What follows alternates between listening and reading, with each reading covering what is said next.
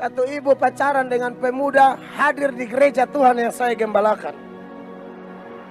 Lalu saya khotbah tentang selingkuh, dia ketawa luar biasa. Saya bilang, kau kalau pelaku, kau jangan ketawa. Saya pakai bahasa NTT, kau jangan pe gigi di sini. Kau sudah pelaku, dia juga pelaku, tapi dia Saudara, pemudanya tersentak. Lalu pulang pemuda SMS ibu ini bilang, tante kita putus. Tante hampir mati.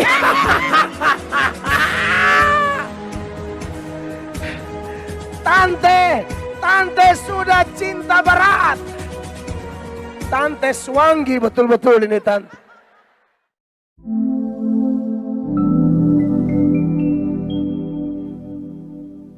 Wow, luar biasa.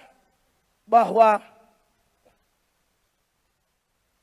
pengaruh dari dosa, iri hati, dengki begitu luar biasa. Dan Bapak Ibu lihat di sini, ini tema sangat bagus. Kita harus dipulihkan karena kalau konflik dalam diri tidak bisa diatasi, dia merambat dengan sesama.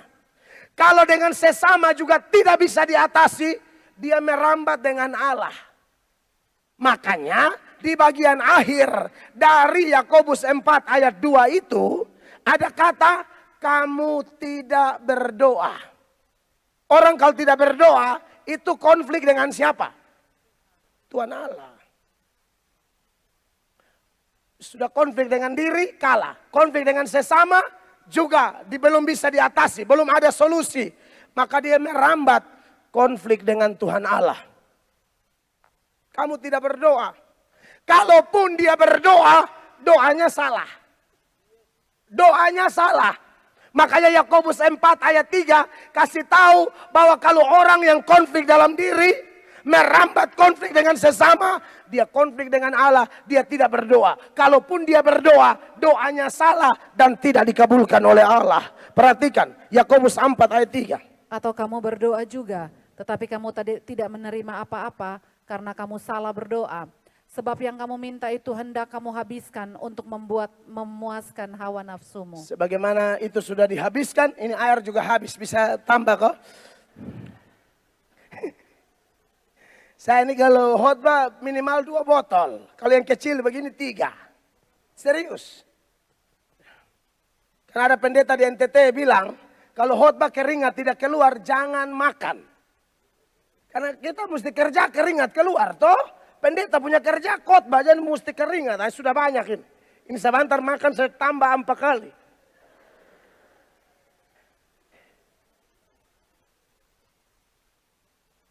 Kita punya kerja khotbah, jadi khotbah sungguh-sungguh. Jadi, tunggu.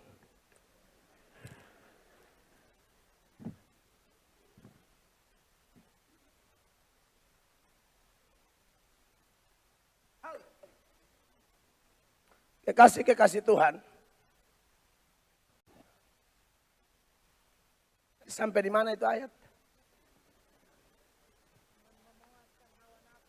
Apa? Salah berdoa. Salah berdoa.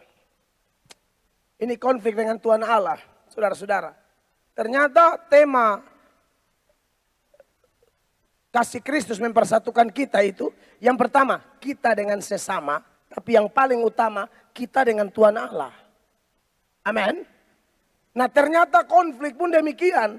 Bukan cuma konflik dengan sesama, konflik dengan Tuhan Allah.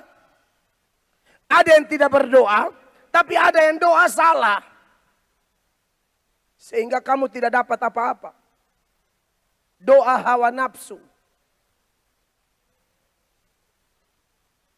Saya dulu, sebelum bertobat, saya ini suka jodoh-jodohin laki orang dengan istri orang.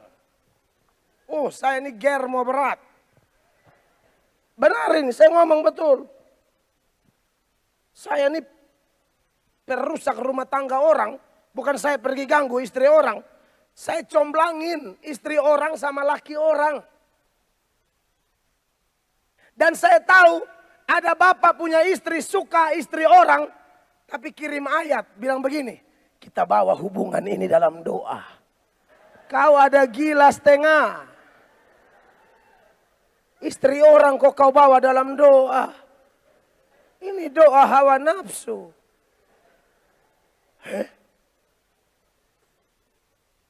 Bapak itu berdoa semoga suami ibu itu mati cepat. Satu pemuda selingkuh dengan satu ibu.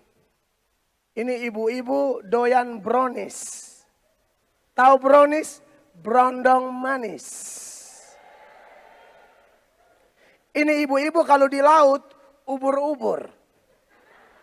Ubur-ubur tuh kena di mana gatal di situ.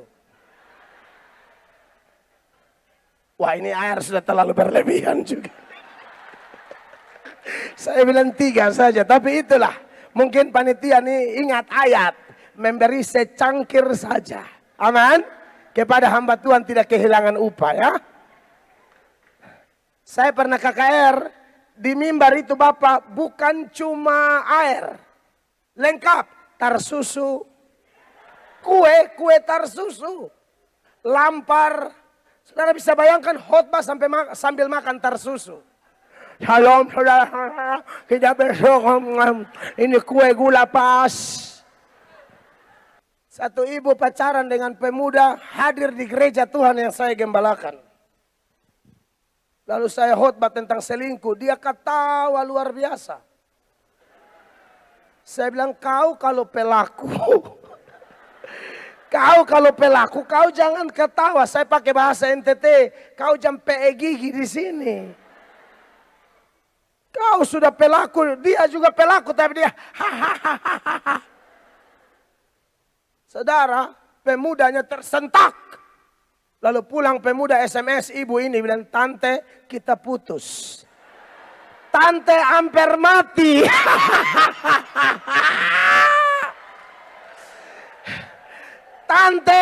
Tante sudah cinta berat. Tante swangi betul-betul ini tante.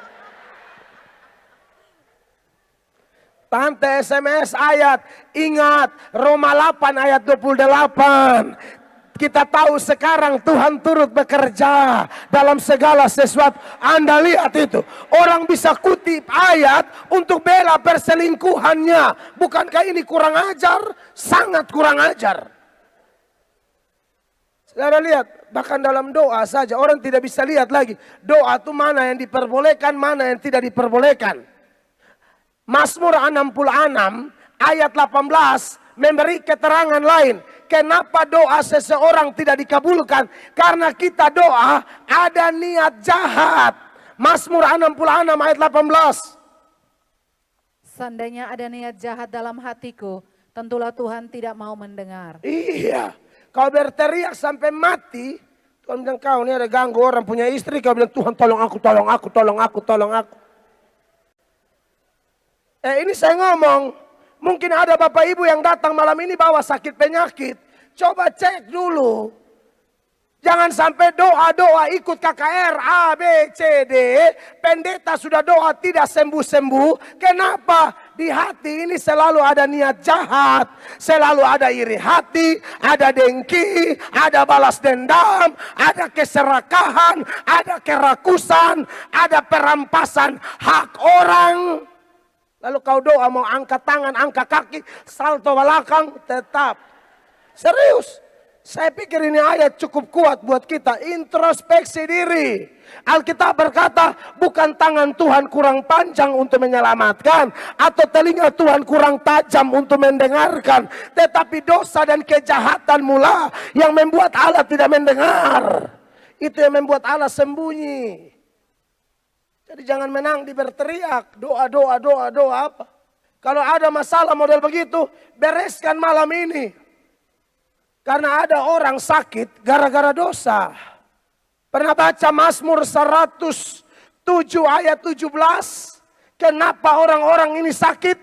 Perhatikan ayat ini. Ada orang-orang menjadi sakit oleh sebab kelakuan mereka yang berdosa. Ada orang-orang menjadi sakit sebab kelakuan mereka yang berdosa. Dan bukan sakit biasa, sakit yang sangat menyiksa. Dan disiksa oleh sebab kesalahan-kesalahan mereka. Ya. Mereka muak terhadap segala makanan. Nah, Dan mereka sudah sampai pada pintu gerbang maut. sampai di situ. Mereka sudah muak terhadap segala makanan. Dan sudah sampai pada pintu gerbang maut. Memang betul. Tidak semua penyakit itu gara-gara itu. Karena Paulus juga sakit. Nabi Elisa meninggal juga gara-gara sakit loh. Ulang, saudara cek, Paulus itu ada duri dalam daging. Itu tafsiran yang paling pas. Dia sakit secara fisik. Jadi jangan aneh, jangan langsung pukul rata ya. Gara-gara ada Mazmur 107 ayat 17, 18. Lalu saudara melihat orang sakit langsung saudara menghakimi. Ini pasti gara-gara dosa. Belum tentu. Murid-murid dan Tuhan Yesus lewat. Mereka lihat orang buta sejak lahir. Lalu murid-murid tanya apa di Tuhan Yesus? Ini dosa siapa? Dosanya atau dosa orang tuanya? Yesus bilang bukan. Bukan dosanya, bukan dosa orang tuanya, tapi ada pekerjaan Allah mau dinyatakan lewat sakit penyakitnya. Ya, dan saya bilang tadi Nabi Elisa itu mati gara-gara sakit. 2 Raja-Raja pasal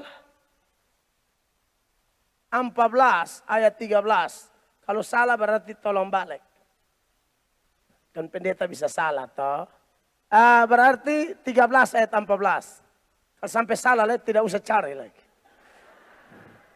13 ayat 14. Ketika Elisa menderita sakit yang menyebabkan kematiannya. Sampai di situ. Ketika Elisa menderita sakit yang apa? Ini Nabi loh.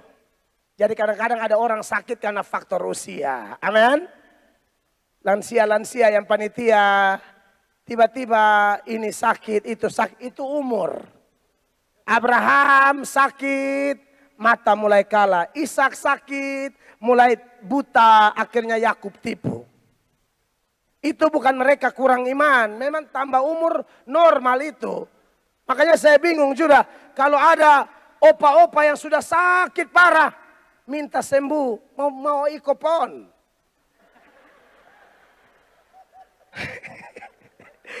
Tidak, kita KKR tapi pakai dasar kitab suci juga. Jangan umur 100 lebih bilang doa kaki sakit. Mau ikut lari maraton. Saya pun biar iman kuat tapi tambah tua pasti ada sakit-sakit. Itu normatif. Ya. Tetapi yang saya persoalkan tadi bahwa ada orang yang sakit gara-gara dosa. Nah kalau itu saya tidak tahu. Silakan periksa diri masing-masing. Jangan sampai saudara ada sakit karena memang tidak bisa mengampuni orang. Artinya Anda tersiksa dengan penyakit itu. Buat apa? Lepaskan pengampunan. Hidup bahagia bersama Tuhan Yesus. Bersama firman Allah. Pusing amat. Jangan balas jahat dengan jahat. Doakan musuhmu, kata Alkitab. Sampai dia bingung sendiri. Loh, saya bikin dia tapi dia tetap sehat. Saya bikin dia tapi dia tetap luar biasa. Karena kita punya hati sudah diubahkan oleh Roh Kudus. Itu yang paling penting.